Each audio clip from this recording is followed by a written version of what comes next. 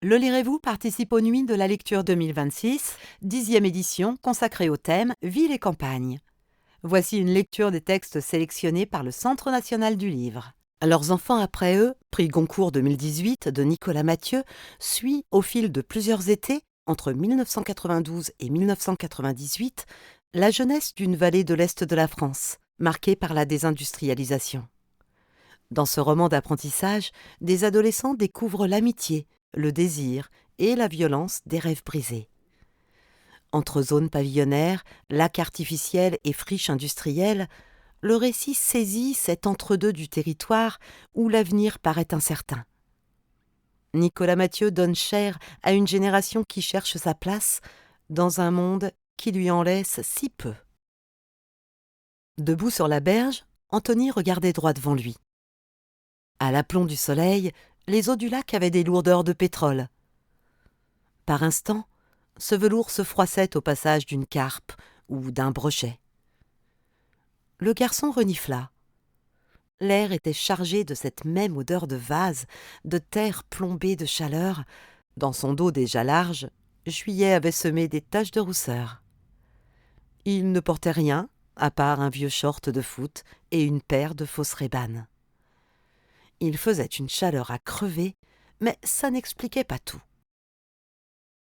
Anthony venait d'avoir 14 ans. Au goûter, il s'enfilait toute une baguette avec des vaches qui rient. La nuit, il lui arrivait parfois d'écrire des chansons, ses écouteurs sur les oreilles. Ses parents étaient des cons. À la rentrée, ce serait la 3e. Le cousin, lui, ne s'en faisait pas. Étendu sur sa serviette, la belle achetée au marché de Calvi, l'année où ils étaient partis en colo, il somnolait à demi. Même allongé, il faisait grand. Tout le monde lui donnait facile 22 ou 23 ans.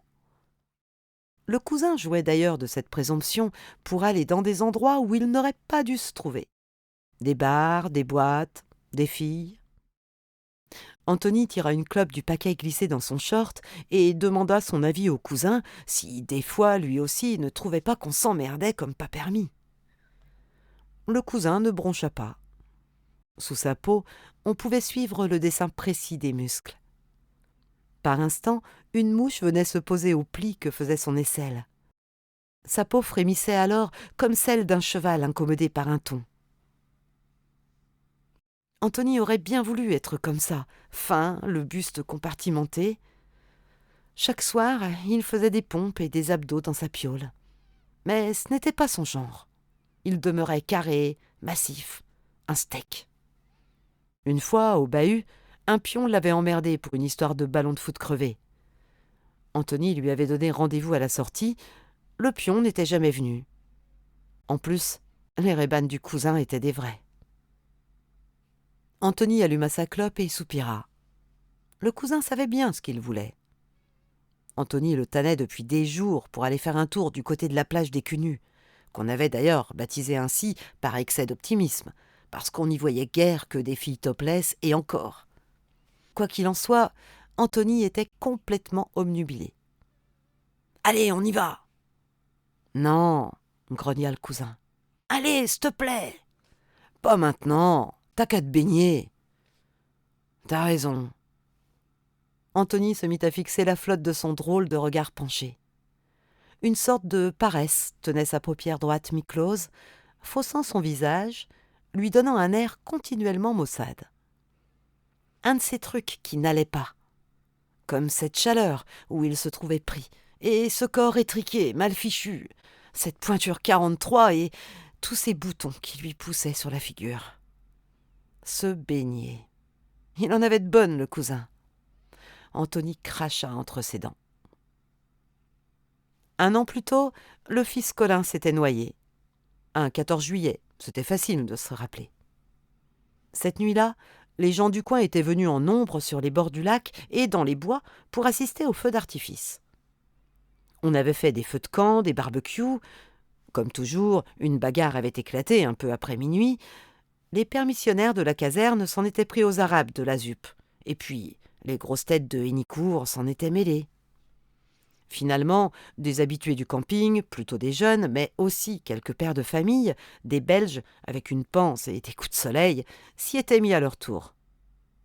Le lendemain, on avait retrouvé des papiers gras, du sang sur des bouts de bois, des bouteilles cassées et même un optimiste du club nautique coincé dans un arbre. C'était pas banal. En revanche, on n'avait pas retrouvé le fils Colin. Pourtant, ce dernier avait bien passé la soirée au bord du lac. On en était sûr parce qu'il était venu avec ses potes, qui avaient tous témoigné par la suite. Des mômes sans rien de particulier, qui s'appelaient Arnaud, Alexandre ou Sébastien, tout juste bacheliers et même pas le permis. Ils étaient venus là pour assister à la baston traditionnelle, sans intention d'en découdre personnellement. Sauf qu'à un moment, ils avaient été pris dans la mêlée. La suite baignait dans le flou. Plusieurs témoins avaient bien aperçu un garçon qui semblait blessé. On parlait d'un t-shirt plein de sang et aussi d'une plaie à la gorge, comme une bouche ouverte sur des profondeurs liquides et noires. Dans la confusion, personne n'avait pris sur soi de lui porter secours. Au matin, le lit du fils Colin était vide. Les jours suivants, le préfet avait organisé une battue dans les bois environnants, tandis que des plongeurs draguaient le lac. Pendant des heures, les badauds avaient observé les allées et venues du zodiaque orange. Les plongeurs basculaient en arrière dans un plouf lointain, et puis il fallait attendre dans un silence de mort. Dehors, Manu et les garçons furent cueillis par la lumière. Le grand fronçait si fort, on ne voyait plus ses yeux. « Alors, c'est quoi votre petit secret ?»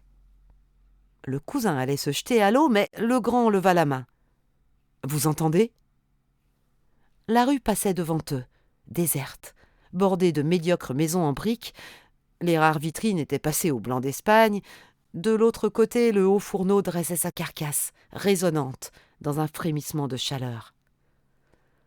Tout autour proliférait une jungle de rouille, un dévalement de tuyauterie, de briques, de boulonnage et de treillis d'acier, tout un fatras d'escaliers et de coursives, de tuyaux et d'échelles, de hangars et de cabines désertées. « Hein ?» insista le grand. En effet, à intervalles irréguliers, on percevait des clignes et des dongs lointains. « C'est quoi ?» Des mômes qui jouent avec des frondes. Ils sont complètement à la masse. Ils se canardent avec des billes en acier. C'est une vraie passoire là-dedans. Tout va s'écrouler un beau jour. « Personne peut les empêcher ?» demanda le cousin. « Pourquoi faire ?» Un siècle durant, les hauts fourneaux d'Ayange avaient drainé tout ce que la région comptait d'existence, happant d'un même mouvement les êtres, les heures, les matières premières. D'un côté, des wagonnets apportaient le combustible et le minerai par voie ferrée. De l'autre, des lingots de métal repartaient par le rail avant d'emprunter le cours des fleuves et des rivières pour de lents cheminements à travers l'Europe. Le corps insatiable de l'usine avait duré tant qu'il avait pu, à la croisée des chemins, alimenté par des routes et des fatigues, nourri par tout un réseau de conduites qui, une fois déposées et vendues au poids, avaient laissé dans la ville de cruelles saignées. Ces trouées fantomatiques ravivaient les mémoires, comme les ballastes mangés d'herbe, les réclames qui pâlissaient sur les murs, ces panneaux indicateurs grêlés de plomb. Anthony la connaissait bien, cette histoire. On la lui avait racontée toute l'enfance. Sous le gueulard, la terre se muait en fonte à 1800 degrés, dans un déchaînement de chaleur qui occasionnait des morts et des fiertés. Elle avait sifflé, gémi et brûlé leur usine pendant 6 générations, même la nuit. Une interruption aurait coûté les yeux de la tête, et il valait encore mieux arracher les hommes à leur lit et à leurs femmes. Et pour finir, il ne restait que ça, des silhouettes rousses, un mur d'enceinte, une grille fermée par un petit cadenas. L'an dernier, on y avait organisé un vernissage. Un candidat aux législatives avait proposé d'en faire un parc à thème. Des mômes la détruisaient à coups de lance-pierre. Merci de votre écoute. Retrouvez les 15 lectures des Nuits de la lecture 2025 sur le podcast Le Lirez-vous, disponible sur toutes les plateformes.